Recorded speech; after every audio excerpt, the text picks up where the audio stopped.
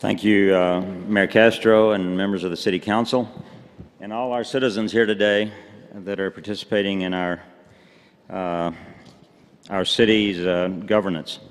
Today, of course, we want to talk about the state legislation and those items on number 4.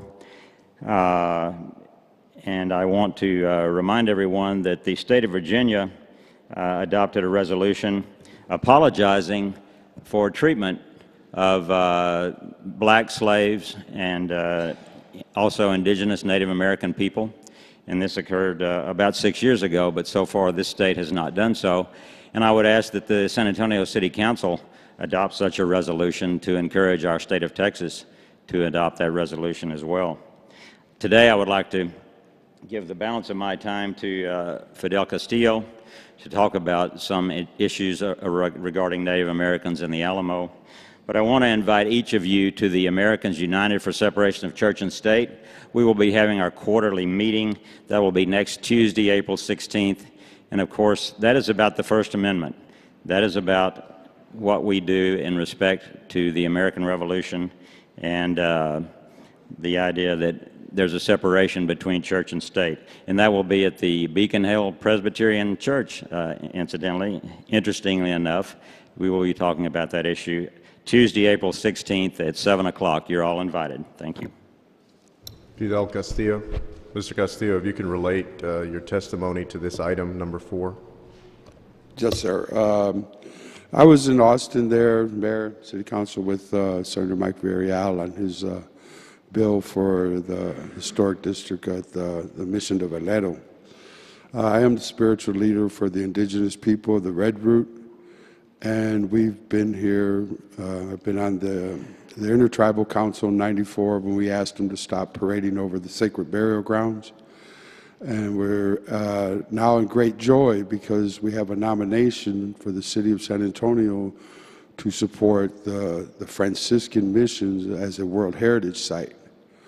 And after meeting with Mr. Lettner and Mrs. Tucker there, the Land Commission, they have directed me back to the city because the burial grounds are actually being owned by the city. And I've got the annotations from the Washington School of Law as far as the state burial laws. And I'm hoping the city will help support the indigenous people of the Red Root by moving forward and having these lands given back to the national parks because they are federal burial grounds.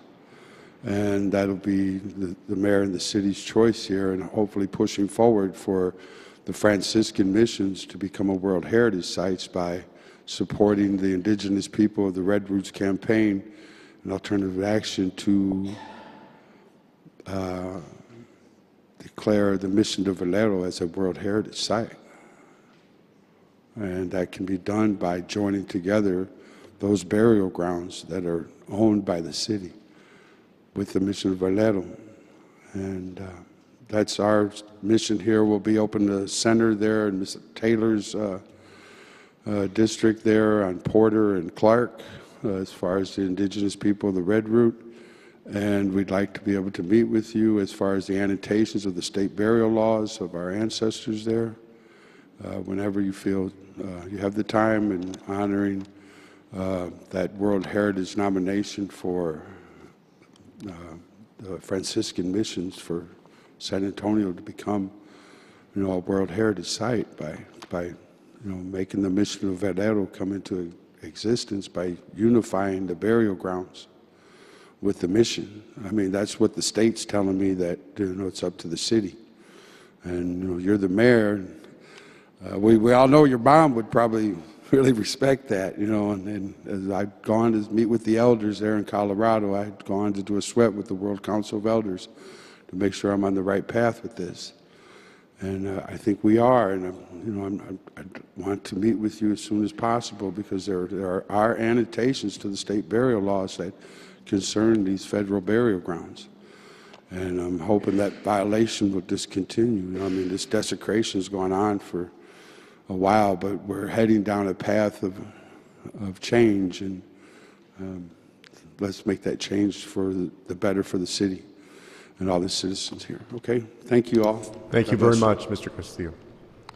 Okay.